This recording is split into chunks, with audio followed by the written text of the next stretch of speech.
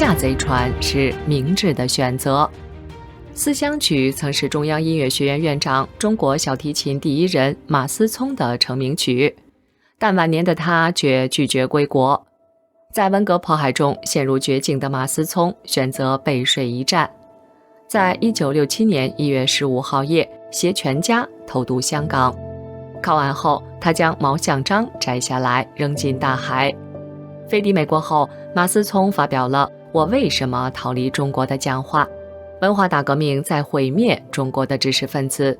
去年夏秋所发生的事件使我完全陷入了绝望，并迫使我和我的家属成了逃亡者，成为漂泊四方的饥饿的幽灵。马思聪逃亡后，国内多位亲属被株连迫害。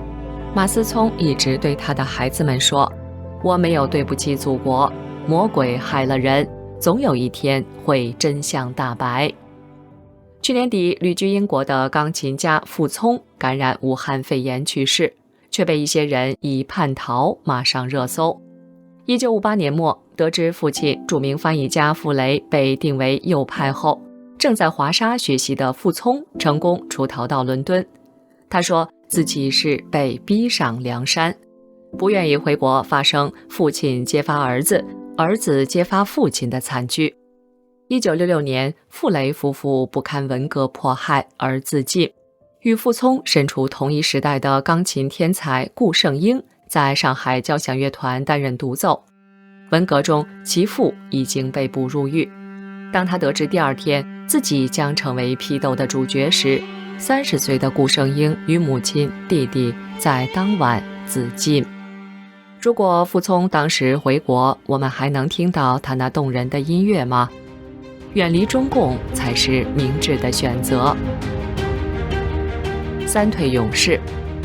中共篡政70多年来，在历次运动中造成8000万中国人非正常死亡，迫害正信、逆天叛道，是中华民族真正的罪人。有良知的中国人应认清中共本质，反思中共给中国人民带来的痛苦和灾难。在历史大转折的关键时刻，不仅做个历史的见证者，更要成为历史的推动者，脱离中共，获得灵魂自救。如今已有3.7亿人退出中共党团队组织，为自己选择了美好的未来。2020年8月，前黑龙江省鸡西市副市长李传良逃出美国，并公开宣布退党。他说，由于中共官场腐败，2014年就主动要求退出副市长职务及公职。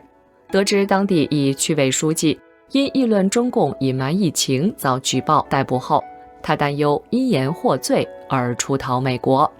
随后在大纪元退党网站实名3退。李传良表示自己与中共体制格格不入，共产党一开始可能给你一些条件，让你听从，利诱你，再不行就打击你，威胁你。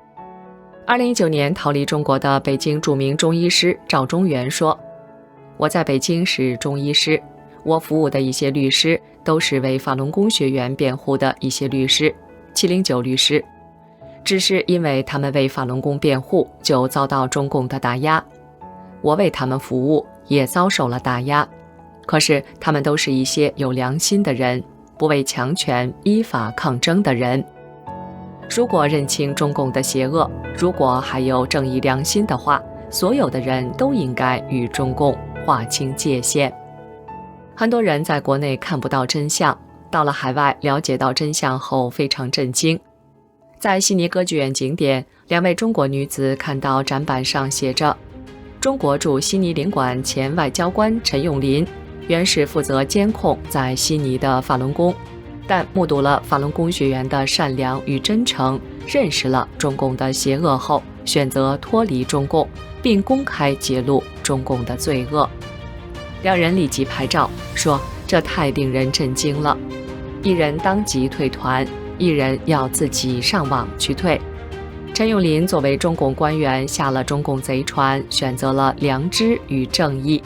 希望越来越多的人能看清中共本质，抛弃中共，远离邪恶，得到平安。